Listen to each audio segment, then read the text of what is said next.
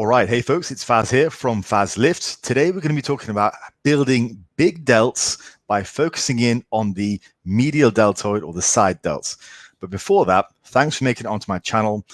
If you like what you see here, please go ahead and subscribe. And if you'd like to work with me on your own physique goals, there is a link in the description. So let's get on with this. Now, there was some conversations a few days ago on a video that I made about building big delts. I'll link it up there. And so there was some discussion out of that regarding particularly the side delts and side lateral raises. So I thought I wanted to give you guys some tips on how to effectively perform side lateral raises and what my full thoughts on that. So let's get started. So firstly, for tip number one, we are trying to target the lateral head of the deltoids, the side delts, the medial head, sorry, and the posterior head, so the side and the rear, rather than so much the front delt. So what we want to do is just lean forward slightly when we're performing the exercise. That takes some of the front delt out of it. So that's the first tip. Lean ever so slightly forward, just a slight angle. So say, let's say that is vertical, just slightly forward, okay? That's the first tip.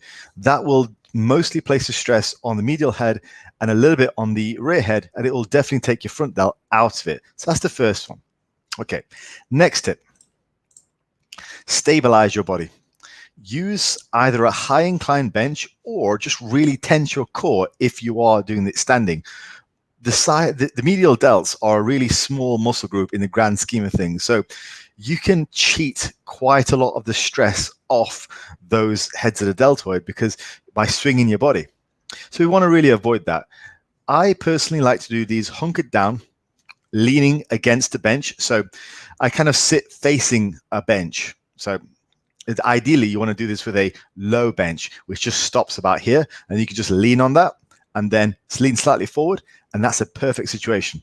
If you don't have access to that and your bench is a little bit longer, then that's okay. It's just you'll be staring right at the at the bench, but that's fine. So that means your body is stabilized and you're also leaning slightly forward. So you've accomplished both tip one and tip two. If you are going to do them standing up, that's fine as well, but just make sure you really tense your core and you try not to let any body swing get in the way. It's one of those muscle groups which is really small, and you'll be taking a lot of stress off the side delts if you use a lot of swing. All right, next up. Tip number three is, don't use any body momentum for all the reasons that I've said. Try and keep the movement as strict as possible. So far, we're leaning slightly forward, we're stabilizing our body, we're tensing the core, and we're trying to minimize body momentum. Next thing, lead with your elbows. So what I see all the time is I see guys leading with their hands, and this really hits the rotator cuff quite a lot. And I think this is possibly where some of the mistaken, just some of these sort of misunderstandings come from with regarding the stress on the shoulder joint with side laterals. We don't want to do a sort of a raise where our arms are coming up past our elbows. We want to keep the elbow a little bit higher, and we want to keep the hands just a little bit lower than the elbows as we're doing the exercise. That should keep the stress mostly on the side delts, and it should prevent you from getting any sort of uncomfortable feelings. Next up, tip number five is don't raise your elbows past your shoulders. So I really think this tip and the previous one are the key for shoulder health. Now, if you are doing the whole sort of like leading with the elbows and you're going really high, that's going to get quite painful. You might feel some impingement there. You want to keep your elbows not anywhere past your shoulder. Something about like here is fine. It's a relatively short range of motion, and just simply because the medial delts in that position, they only move to about there, and then any further than that, and you may well get some impingement in your shoulder. So you can go like all the way up, of course, but I feel for shoulder health with the lateral raise, it's best just to keep it about there and not any further. It's not hard and fast rule, so if you can go a little bit higher and you feel okay, then fine. But for me personally, I prefer to use the elbow just about here, about shoulder height, and that for me tends to keep a lot of the stress off the shoulder joint, and it makes me feel fine. I can get a good delt workout without compromising my shoulder integrity.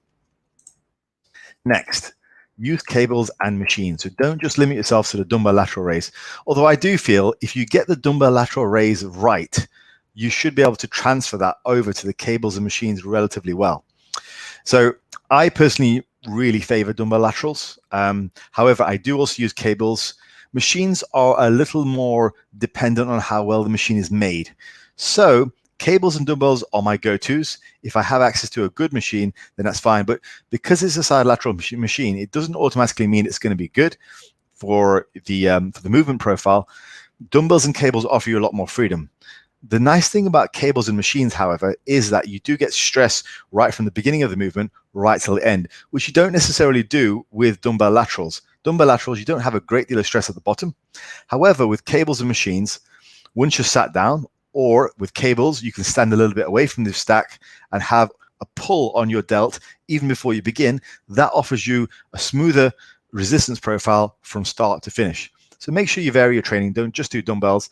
Try and use cables if you've got access. If you've got a good machine, they can be fantastic. All right, next is slow down your progression range. You don't want to be in a rush to really progress on this. There's not a massive amount of strength potential here. So if you are progressing, what I like to do is keep the rep range fairly wide. This is, by the way, just before I get onto this, this is another reason why you should be really strict. Again, use all the tips from 1 to 6 that I've said previously to this one. Stay really strict with the movement, very, very, very restricted with how you perform the exercise. Stabilize yourself, make sure the movement is right, because you're not going to get a great deal out of this if you go too heavy and there's not a massive amount of strength potential here. So slow down your progression range. I would try and aim between 8 to 20 reps and then increase. So let's say your dumbbells, like in my gym, they go up by 2 kilos at a time. So I might work my 14 kilo or 16 kilo dumbbells up right to the 20 rep range before I add some weight on, because then I know at least I'm getting a real strict feeling in the muscles. I'm also getting a good burn in the muscles before I add a little bit of weight on. And then as long as I'm staying strict with the next dumbbells, my rep range might drop down quite drastically. So slow down your rate of progression. You may only be adding a couple of kilos to the dumbbells every month or two, but that's okay, because ultimately, how far are you going to go? It's not like people are throwing around 20 to 30 kilo dumbbells on laterals, and if they are, they're probably not doing them as strict as I would like you to do them. All right, guys, final one. And this is not quite side delt training, but it is for overall shoulder look and health. Don't neglect the posterior or rear delts for complete development and shoulder health. So make sure you're doing something for the rear delts. My favorites are, again, on a bench, face down, rear dumbbell raises, so that I'm stabilized, my body's not moving around, and I can just focus exactly on the rear delts. That's one of my favorites. I also like the reverse pec deck, but definitely either way, whatever you're doing, don't neglect the rear delts. They help to form a good complete shoulder. All right, folks. Hopefully that was useful. This came out of discussion on the big delts video, and I think sometimes it's easier for me to just make a whole video rather than get down in the weeds on the discussions in the comments, just simply because it gives you guys a better idea of what I'm thinking and what my experience is in the area, rather than writing. I'm restricted by how much I can write in the YouTube comments. So hopefully you guys found that useful. That's kind of what I do. And yes, if you did find it useful, let me know. And if you'd like to work with me, there is a link in the description. So I will speak to you next time. Take care.